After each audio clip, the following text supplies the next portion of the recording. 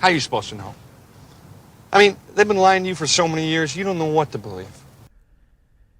You are currently looking at a portrait of James the Con Man Madison, who historians refer to simply as James Madison, the father of the U.S. Constitution and the father of the U.S. Bill of Rights.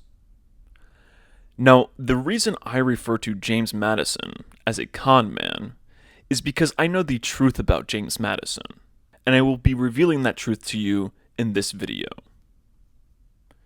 So for those of you who don't know, this complete piece of shit here, and the other traitors working with him, who included George Washington and Alexander Hamilton, drafted the Constitution in secret behind closed doors that were guarded by armed men between May and September in the year 1787. And at the time, they were actually abusing the power granted to them by the people who voted for them to be their representatives. And this complete POS and his traitor friends intentionally drafted the Constitution without a Bill of Rights. However, fortunately for all of us, or for the most part, I guess it's not a perfect protection, but fortunately for all of us, there were a group of very intelligent men who demanded a Bill of Rights. And at the time, the propaganda machines, which were just as corrupt and controlled by the powers that shouldn't be as they are today, referred to these men who demanded a Bill of Rights, they referred to them as the anti-federalist. And the reason they referred to them as the anti-federalist was to manipulate the public's perception of them. You see, at the time, the public had strongly agreed that they needed a federal government. So by referring to these men who were demanding a Bill of Rights and who were warning against the Constitution, they were warning about the dangers of the Constitution, by referring to them as anti-federalist, they made the public think that they were crazy nutters who shouldn't be entertained at all. However, the truth was that these men were not against federalization. They were just against the type of federalization that the Constitution was offering. And what's really interesting is if you read their papers, and if you read the things that they warned about, everything that they warned about has either come true or is in the process of coming true.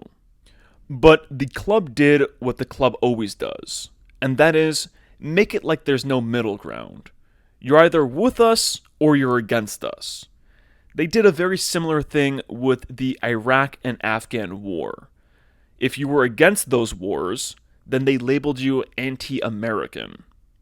At this time, they simply labeled you an anti-federalist because everybody agreed that they needed a stronger federal government. Just not as strong as our current Constitution is. So, really, the facts that I'm about to present you with, it really shows how long the corrupt shenanigans have been going on for. Most people don't have a clue how long this stuff has been going on for. Anyway, these anti-federalists didn't just demand a Bill of Rights. Some of them actually presented 14 amendments as early as December 18th, 1787.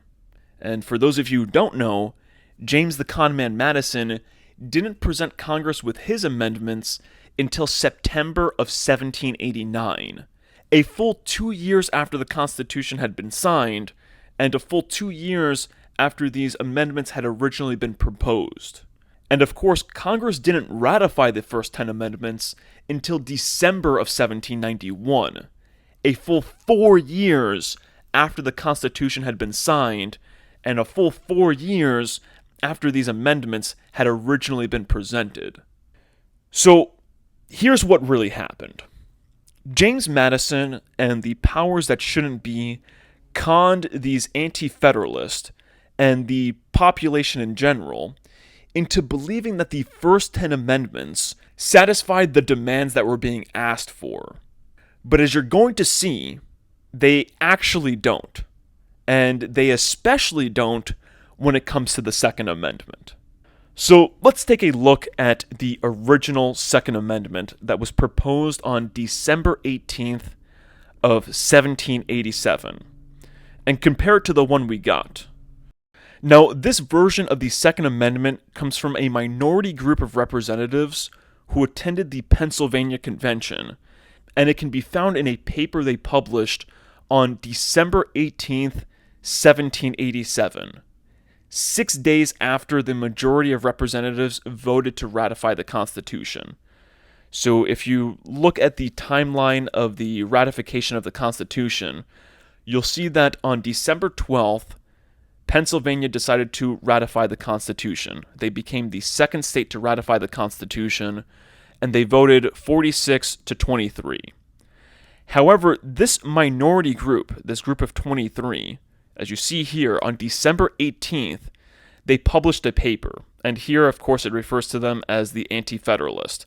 They did not refer to themselves as anti-federalist. They were not anti-federalist. They were not against federalization. They were just against the type of federalization being offered by the current Constitution. So they published their dissent on December 18th of 1787, and this paper is titled "The Address and Reasons of Dissent of the Minority of the Convention of the State of Pennsylvania to Their Constituents." It has a pretty long title. And the reason why they felt it necessary to publish this paper and explain why they voted against the Constitution was because there was a ton of propaganda being spread about the Constitution, and those who voted against it were being demonized. Like, there was a massive, massive propaganda campaign going on at this time, and they felt it necessary to publish this paper to counter that propaganda. And in this paper, they present 14 amendments that they tried to get other members of the convention to agree with, but other members of the convention rejected all of them. And actually, let me see if I have it here, because, yeah, here it goes, right here. So they say, "After reading these propositions, we declared our willingness to agree to the plan, provided it was so amended as to meet those propositions or something similar to them, and finally moved the convention to adjourn to give the people of Pennsylvania time to consider the subject and determine for themselves. But they were all rejected, and the final vote was taken when our duty to you induced us to vote against the proposed plan and to decline signing the ratification of the same." And then they go on to discuss how they were treated inhumane, they were insulted, and they were treated without any decency, and they were even personally abused. So what happened was, let me just explain it a little bit. This minority group, when they were presented with the Constitution, they realized a lot of things about the Constitution, and they want to have these 14 alterations made to the Constitution. And most importantly, they actually wanted to give the people of Pennsylvania time to consider the subject. They were like, all right, look, now that we have looked at the Constitution, now that we see what's wrong with the Constitution, we want to go back to the people of Pennsylvania and communicate to them and explain to them, hey, look, this is the Constitution, this is what's good about the Constitution, and this is what's bad about the Constitution, this is what needs to be altered with the Constitution. And they want to give the people time to consider those things. But the majority of representatives at this convention were like, nah, we're not going to do that, and we're going to vote on this right now. And this is just all part of the corruption. So at this time, we can guarantee that for Pennsylvania, for their convention, at least 46 of them were total sellouts. They were complete club-owned. I'm sure for Delaware it was a complete 30. Now it's interesting, I don't have the information in this video. You know what, I'll make a complete other video about this other interesting thing that I wanted to point out here.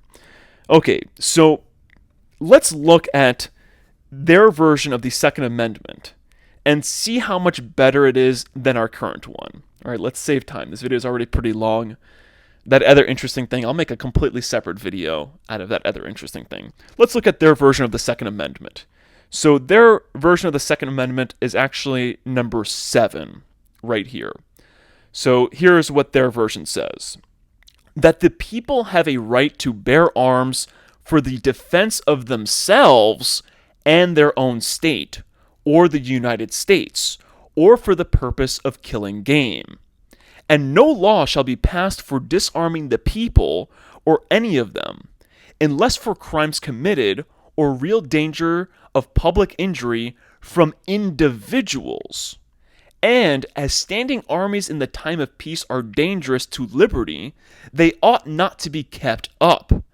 And that the military shall be kept under strict subordination and to be governed by the civil powers. So that's their version of the Second Amendment. Now, before I even point out anything specific about their version of the Second Amendment, let's just look at our crappy version of the Second Amendment. A well-regulated militia, being necessary to the security of a free state, the right of the people to keep and bear arms shall not be infringed. That is garbage. That is especially garbage when you compare it to this, that the people have a right to bear arms for the defense of themselves and their own state or the United States or for the purpose of killing game. Look at that. They made it very clear that there are how many reasons for carrying arms? Is this 4 reasons for carrying arms? Yeah. 1, for their own self-defense. And this is actually really good because this makes it very clear that we have a right to defend ourselves with a firearm. So that's one reason. The other reason, to defend their state. The third reason, to defend the United States. And the fourth reason, for the purpose of killing game. Okay, so they made it very clear. If this was our Second Amendment, there would be no debates about the Second Amendment. I mean, you don't even need all of this stuff at the end about the military being kept under strict subordination to be governed by the civil powers, which is also amazing. I mean, that's also really awesome. And they also talk about standing armies here. So this is really what our Second Amendment should have been. If this was our Second Amendment, we wouldn't be debating about anything. We wouldn't be debating about, oh, why do we have arms? And now I'm going to tell you people the truth about the current Second Amendment. This does not secure your right to bear arms. This is actually saying very clearly that your right to bear arms is for the state. It's for the security of a free state. It's being necessary to the security of a free state. So here it's actually saying that your right to bear arms has nothing to do with self-defense. It has nothing to do with defending yourself. It has everything to do with defending the state. And I mean, and there's other things that can be said here about the right of the people. Like if you look at legislative action, they actually refer to themselves as the people. The state in the states, they actually refer to themselves as the people. So really, there can be a mental gymnastics pulled off in the future where the state can make the argument, they can make the argument that as long as people can volunteer for the state militia, or as long as people can work for the state, or as long as the state itself is keeping arms, then they're not violating this. Trust me, because they're currently trying to confuse the difference between the people and the state when you look at legislative action, we will eventually get to this point where they will convince people that so long as the state can bear arms, so long as the state has weapons, so long as police officers have weapons, then the security of the free state is fine and the Second Amendment is not being infringed. But that's just a possible theory that I have. Let's go back and think about the facts that I presented at the beginning of this video. This version of the Second Amendment was presented 2 whole years, or practically 2 whole years, before James Madison's Second Amendment. But yet it became worse. How is this possible? These people at this time, at this convention, they came up with this, I'm sure, right off the top of their heads. But somehow, 2 whole years later, this awesome amendment, this well-worded amendment, ends up becoming this. How is this possible? Now, what's really interesting, and which shows the malice, which shows that this is a con that was pulled off, is if you look at number 4 up here. If you look at the 4th alteration presented by the minority of representatives at the Pennsylvania Convention, you'll see it says the following. Number 4, that excessive bail ought not to be required, nor excessive fines imposed, nor cruel nor unusual punishment inflicted. This is the 8th Amendment, Word for word, excessive bail shall not be required, nor excessive fines imposed, nor cruel and unusual punishment inflicted. Almost identical. Let's see. Yeah, identical. So, James the Con Man Madison will completely plagiarize. He'll copy this one word for word. But when it comes to this one, when it comes to satisfying what this one's asking to be satisfied, James Madison comes up with this one. You see, like, are you guys seeing the truth here? Are you seeing what really happened? And they deserve to pay! Bastards. So what really happened is this con happened. And one way that they pulled this con off was by confidently stating that no, these amendments do satisfy those things. The people saw the confidence in these crooked bastards, and they were like, oh well, I guess it must be perfect. And they confidently, like, these people, they went around with their propaganda, and they confidently told people that this Bill of Rights was awesome, and that this government was the greatest government created in all of history, and that propaganda has continued to today. And the reason why nobody wakes up to the fact that it really isn't, that it's actually a broken piece of shit, is because they never present these original amendments. They never present these original alterations. All of that time that they allowed to pass, they allowed it to pass on purpose. These alterations, and a couple of other alterations, were presented in 1787. They didn't present theirs until 2 years later because they needed that time to pass. They were like, no, we gotta have the time pass. When the time passes, the people will forget, the people will become dumb, or their propaganda will be able to brainwash the people into thinking differently, and that's exactly what they did.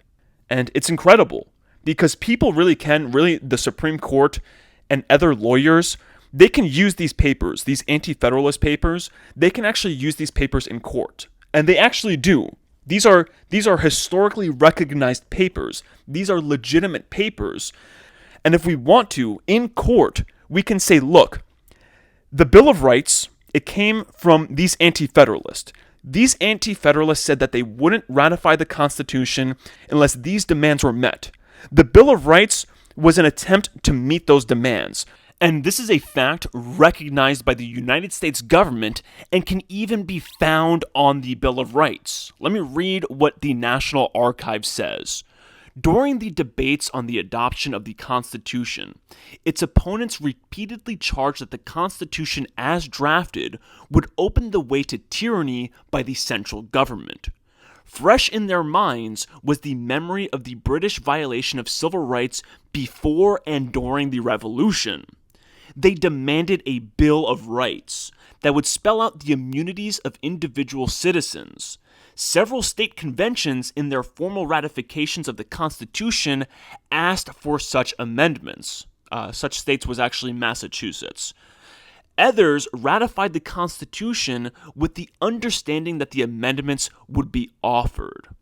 And then it says this isn't important. We'll go right now. This is what the Bill of Rights actually says. Well, it's actually not the Bill of Rights. The Bill of Rights, the word Bill of Rights, in itself is a work of propaganda. Nowhere on the quote-unquote Bill of Rights do you find the word Bill of Rights. Like this version of the Bill of Rights, where is it? Let me see if I know I have it here. I'm going to screw up there. Let me just pull this into view.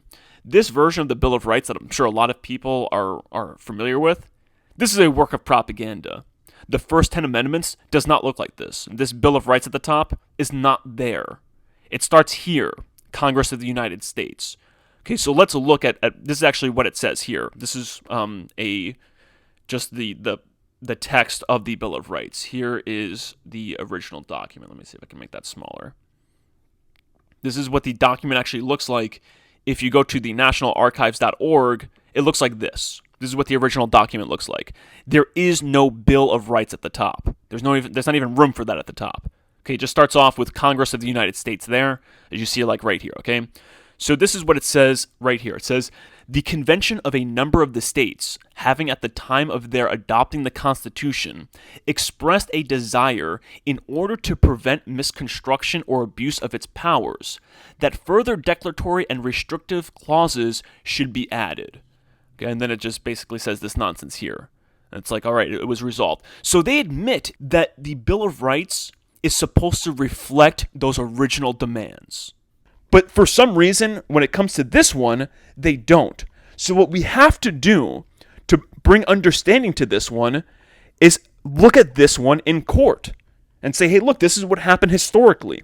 Historically, this is what played out. So historically, we have to live up to this one. But nobody's doing that. And you know why nobody's doing that?